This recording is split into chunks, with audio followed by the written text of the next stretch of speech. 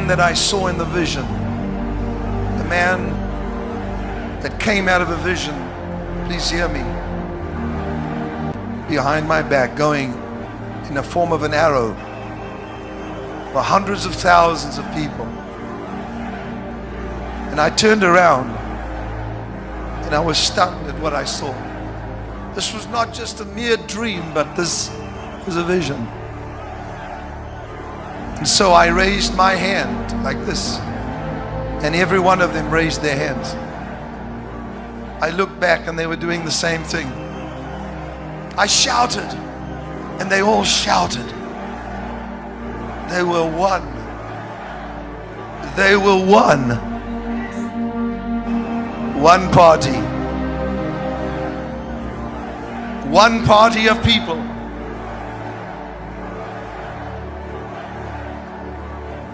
It continued until I realized that the unity of these, amongst them stood one that God had set aside to be the leader of this nation.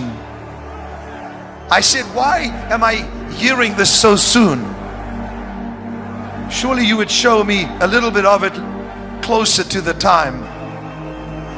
And the Spirit of God said to me, this man has a humble stature, but he is a genius. And then I heard gold. I wasn't sure if this was attached to his name, but he said to me, he will restore the fortunes in this nation because of his brilliance. I couldn't quite see his face because that was not allowed, because there was a mist that covered all the people and he was amongst them.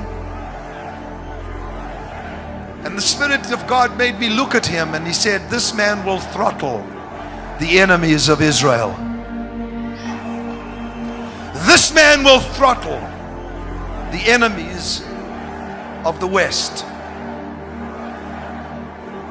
And there are highly embarrassing moments that are about to occur for many, many politicians in this nation. There will be a shaking amongst the Democrats in the upcoming elections, but unsettling for the Republicans. Why is God doing this? For God said, I am dissatisfied with what emerges from both parties.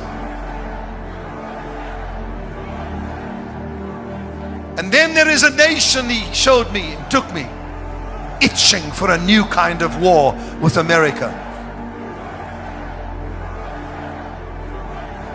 They will shout, impeach, impeach, they say, but nay.